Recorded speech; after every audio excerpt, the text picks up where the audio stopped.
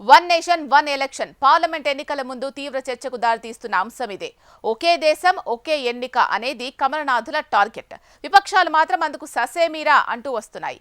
ఈ క్రమంలోనే మాజీ రాష్ట్రపతి రామ్నాథ్ కోవింద్ కమిటీ నివేదిక సిద్ధం చేసింది. ఇక మిగిలిందల్లా ఆ రిపోర్ట్ మోడీ చేతిలో పడ్డం ఒక్కటే. ఆ తర్వాత జమిలీపై ముందుకో వెనక్కో అనేది తేలిపోతుంది. అయితే పార్లమెంట్ ఎన్నికలకు కాస్త ముందు జమిలీ నివేదిక సిద్ధం కావడం, మోడీ సర్కార్ చేతికి అందబోతూ ఉండడమే ఇప్పుడు చర్చనీయాంశమవుతోంది. ఇంతకు వన్ నేషన్ వన్ ఎలక్షన్ ఎపిసోడ్కు క్లైమాక్స్ ఏంటి? సార్వత్రిక సమరానికి ముందు ఈ అంశంపై ఇంత చర్చ దేనికి? వన్ నేషన్ వన్ ఎలక్షన్ ముందుకా లేక వెనక్కా? రామ్నాథ్ కోవింద్ కమిటీ రిపోర్టులో అసలేముంది? ఒకే దేశం ఒకే ఎన్నికలపై చరిత్ర చెబుతోంది ఏంటి? దేశంలో సాధారణంగా ఒక్కో రాష్ట్రానికి ఒక్కోసారి ఎన్నికలు జరుగుతూ ఉంటాయి.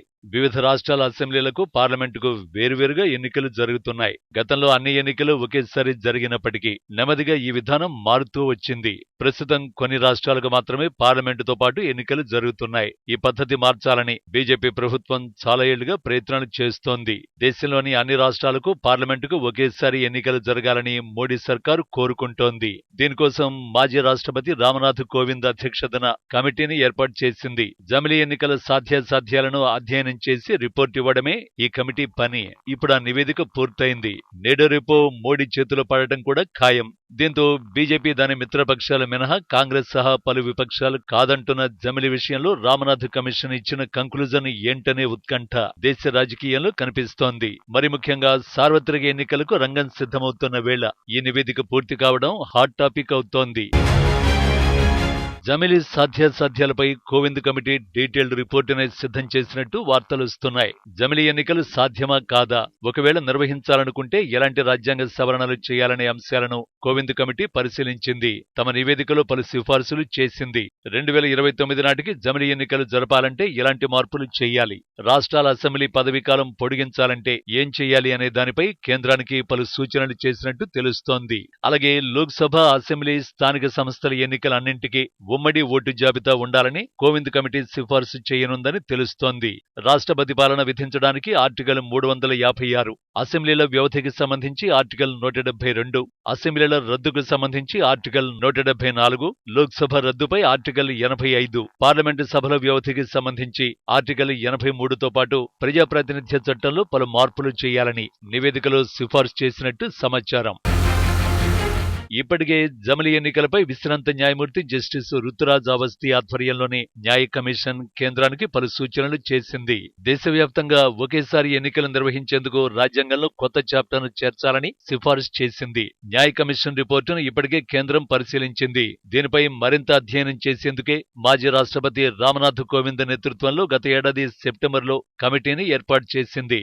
ఈ కమిటీ వివిధ పార్టీలతో పాటు జడ్జిలు, మేధావులతో సమావేశమైంది. అన్ని వర్గాల నుంచి అభిప్రాయాలు స్వీకరించి రిపోర్టు రెడీ చేసింది. త్వరలోనే ఈ నివేదిక మోడీ సర్కార్ ముందుకు రానుండడంతో ఆ నివేదిక ఆధారంగా జమిలీ ఎన్నికలపై కేంద్రం నిర్ణయం తీసుకోవడం ఒక్కటే బ్యాలెన్స్ గా కనిపిస్తోంది. 2029 మే లేదా జూన్ నెలలో దేశవ్యాప్తంగా ఒకేసారి ఎన్నికలు నిర్వహించాలని కేంద్రం చూస్తోంది. నిజానికి దేశానికి స్వాతంత్ర్యం వచ్చిన తర్వాత మొదటిసారి 1952, 57, 62, 67లలో లోక్సభ, రాష్ట్రాల శాసనసభలకు ఏకకాలంలో ఎన్నికలు జరిగాయి. అయితే ఆ తర్వాత పరిస్థితులు మారుతూ వచ్చాయి. ఆర్టికల్ 356 ఉపయోగించి తొలిసారి అప్పటి కాంగ్రెస్ ప్రభుత్వం కేరళలోని నంబూద్రిపాద్ కమ్యూనిస్టు సర్కార్ని 1957లో రద్దు చేసింది. అలా మరిన్ని రాష్ట్ర ప్రభుత్వాలు 356 ఆర్టికల్ కి బలయ్యాయి. దాంతో ఒకేసారి ఎన్నికలకు గండి పడింది. ఆ విధంగా రాజ్యాంగంలో ఆ ఆర్టికల్ ఉన్నంత కాలం ఒకేసారి ఎన్నికలు జరిగినా మళ్లీ రాష్ట్రాలపై కేంద్రానిదే పెత్తనమవుతుందని రాజ్యాంగ నిపుణులు అంటున్నారు. ఒకేసారి రాష్ట్రాలతో పాటు కేంద్రానికి ఎన్నికలు జరిగితే ఒకవేళ ఏదైనా రాష్ట్రానికి సరైన మెజారిటీ రాకపోయినా విశ్వాస పరీక్షలో నెగ్గని పరిస్థితుల్లో ఏం చేస్తారన్నదే కీలకం కానుంది. మరోవైపు భారత రాజ్యాంగంలో పేర్కొన్న విధంగా విశ్వాస పరీక్షలో నెగ్గని ప్రభుత్వాన్ని ఆర్టికల్ 83(2) లోక్సభ 172(1) అసెంబ్లీని రద్దు చేయాల్సి ఉంటుంది. మరి ఒకేసారి ఎన్నికలని చెబుతున్న ప్రభుత్వం ఆయా రాష్ట్రాల అసెంబ్లీలు రద్దయ్యాక సమస్యలను ఎలా పరిష్కరిస్తుందనే ప్రశ్నకు సమాధానం లేదు. రాష్ట్రంలో ఇబ్బందికర పరిస్థితి ఏర్పడితే కేంద్రం గవర్నర్ పేరిట పాలన విధించే అవకాశం ఉంటుంది. దాంతోపాటు సర్కారు చెప్పినట్టు లోక్సభ, శాసనసభల కాలపరిమితి పొడిగించడం, తగ్గించడం వంటి చర్యలు పూర్తి ప్రజాస్వామ్య స్ఫూర్తికి విరుద్ధమవుతాయి. అంటే ఆయా అసెంబ్లీల ఎన్నికలయ్యే వరకు ఆ రాష్ట్రంలో రాష్ట్రపతి పాలన విధించాలని కేంద్రం భావిస్తోందా అన్న అంశంపై స్పష్టత రావాల్సి ఉంది. జమిలీ ఎన్నికలు జరపాలంటే, రాజ్యాంగాన్ని సవరించాలంటే ఉభయ సభలలో 3/2 మెజారిటీ ఉండాలి. మోడీ సర్కారుకు లోక్సభలో మెజారిటీ ఉంది, రాజ్యసభలో మెజారిటీకి ప్రయత్నించొచ్చు.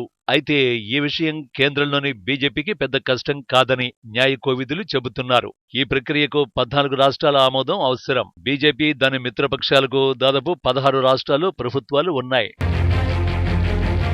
ఇదిలా ఉంటే జమిలీ ఎన్నికల వల్ల దేశాభివృద్ధి వేగవంతమవుతుందని అధికార వర్గం చెబుతుంటే, విపక్షాలు మాత్రం అభివృద్ధి మందగిస్తుందని వాదిస్తున్నాయి. ఒకవేళ రామ్నాథ్ కోవింద్ కమిటీ జమిలీకి ఉన్న చిక్కులను విప్పగలిగితే తొలుత రాజ్యాంగంలోని 5 ఆర్టికల్స్లో సవరణ అవసరం. అసెంబ్లీల పదవీ కాలానికి రాష్ట్రపతి పాలన నియమించడానికి ఉన్న ప్రొవిజన్లు మార్చాల్సి ఉంటుంది. ఇది మాత్రమే కాక ప్రజాప్రాతినిధ్య చట్టం సహా సభలో అవిశ్వాస తీర్మానాన్ని ప్రవేశపెట్టేందుకు ఉన్న నిబంధనల్ని మార్చాలని ఎన్నికల కమిషనర్ చెప్పారు. ఇదే సమయంలో దేశవ్యాప్తంగా ఒకేసారి ఎన్నికలు జరపాలంటే ఎన్నికల సంఘం ముందు అనేక సవాళ్లు ఉంటాయి. ఈవీఎంలు, సిబ్బంది, భద్రత వంటివి కష్టతరంగా మారుతాయి. జమిలీ ఎన్నికలు నిర్వహించాలంటే ఈవీఎంల కోసం ప్రతి 15 ఏళ్లకు 10,000 కోట్లు ఖర్చవుతుందని ఈసీ అంచనా వేసింది. అలాగే ఒకేసారి ఎన్నికలు నిర్వహిస్తే పర్యవేక్షణ కూడా కష్టమవుతుంది. దీంతో వీటిపై ఈసీ కూడా పరిశీలన చేపడుతోంది. మరి రామనాథ్ కమిటీ ఈసీకి ఎలాంటి సిఫార్సులు చేస్తుందనేది కీలకంగా మారింది.